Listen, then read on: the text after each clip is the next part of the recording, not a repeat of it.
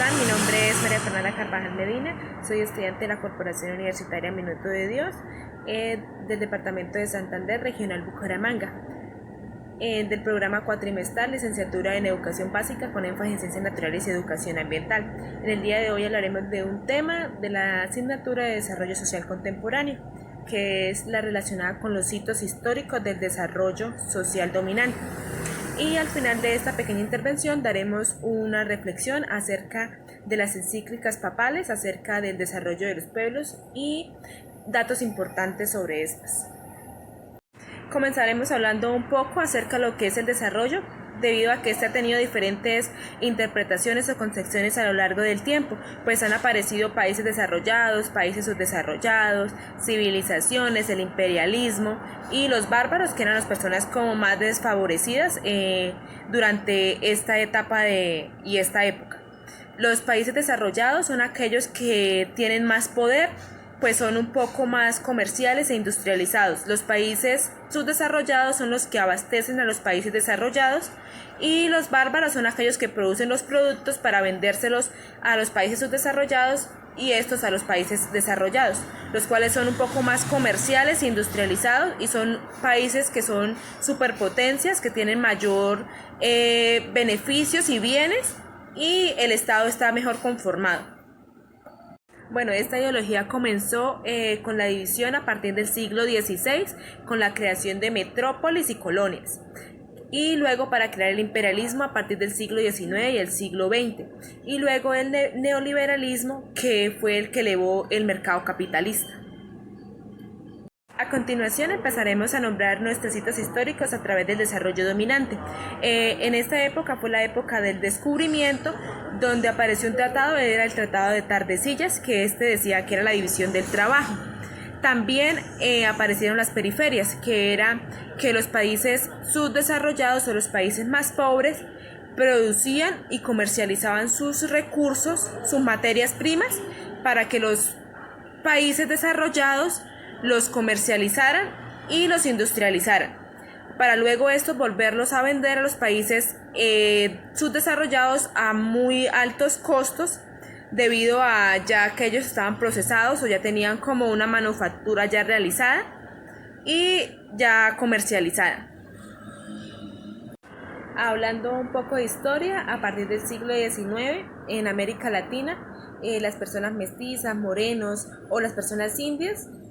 eran consideradas como personas inferiores debido a su raza y a su condición social. Es por eso que países subdesarrollados tales como Estados Unidos y los europeos trajeron colonizadores para mejorar la raza de esta zona de América Latina. Continuando con los hitos históricos, en el año de 1919 aparece un tratado que es el Tratado de Versalles,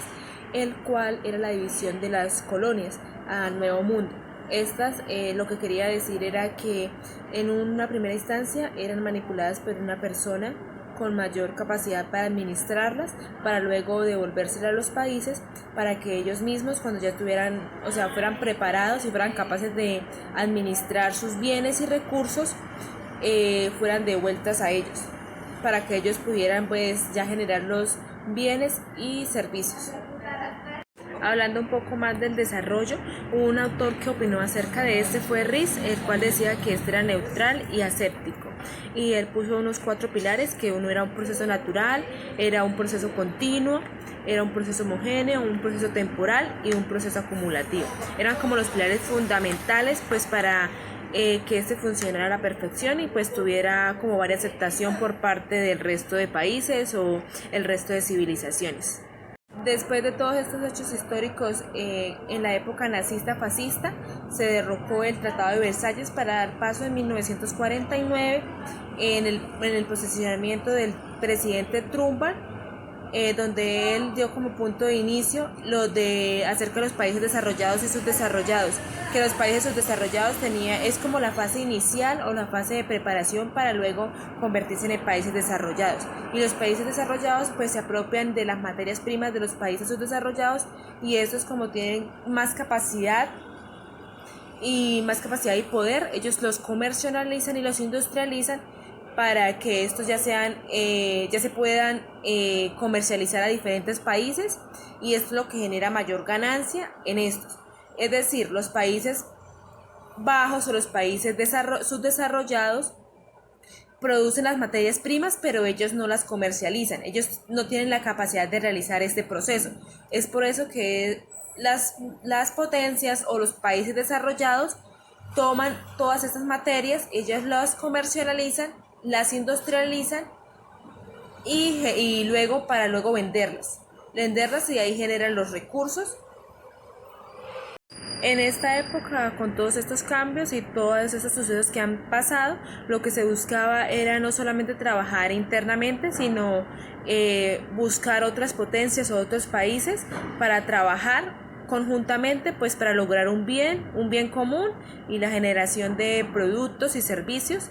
que contribuyeran tanto para los países como para las sociedades.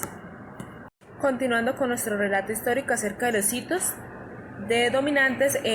apareció en 1970 Walt Rusto, quien expuso la teoría del despegue. Pues para que otros países lograran llegar a la modernización deberían pasar por ciertos puntos o ciertos pasos, que era dejar de ser una sociedad tradicionalista,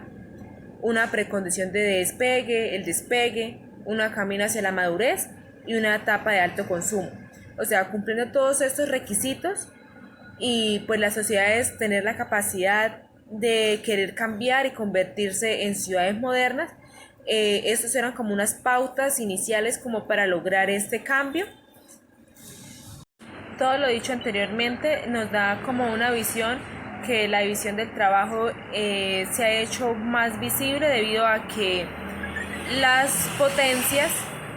necesitan de los países subdesarrollados, pues estos son los que generan las materias primas para ellos poderlos industrializar, y ellos se enriquecen de estos. Y todo esto conlleva a que hayan países pobres o hayan países menos desfavorecidos, debido a que pues estos pueden tener los recursos necesarios, pero no tienen pues la capacidad de comercializarlos o industrializarlos por su propia cuenta. Es por eso que se ve la desigualdad en el desarrollo de los países y en el trabajo.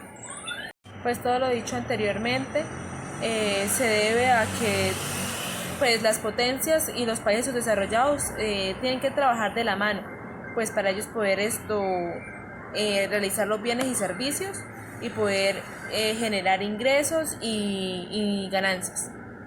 De igual manera, Lebret dice que debemos trabajar de la mano conjuntamente, pues para lograr un bien común, que es la realización de bienes y servicios. Y siempre pues el país dominante, o el país en este caso desarrollado, siempre pues va a tener el poder de apoderarse de los recursos de los países pues menos favorecidos, o los países que no tienen como esa posibilidad de generar los bienes y productos por parte de ellos, pues no pueden comercializarlos o no pueden industrializarlos. Para finalizar esa pequeña intervención acerca de los hitos históricos de desarrollo dominante, hablaremos de las encíclicas papales, o haremos una reflexión muy corta acerca de ellos. En esto nos habla sobre la pobreza, que esto se da debido a que existen pues las clases sociales, donde están los pobres, los ricos. Es decir, no tenemos un estado igualitario, que todos seamos tratados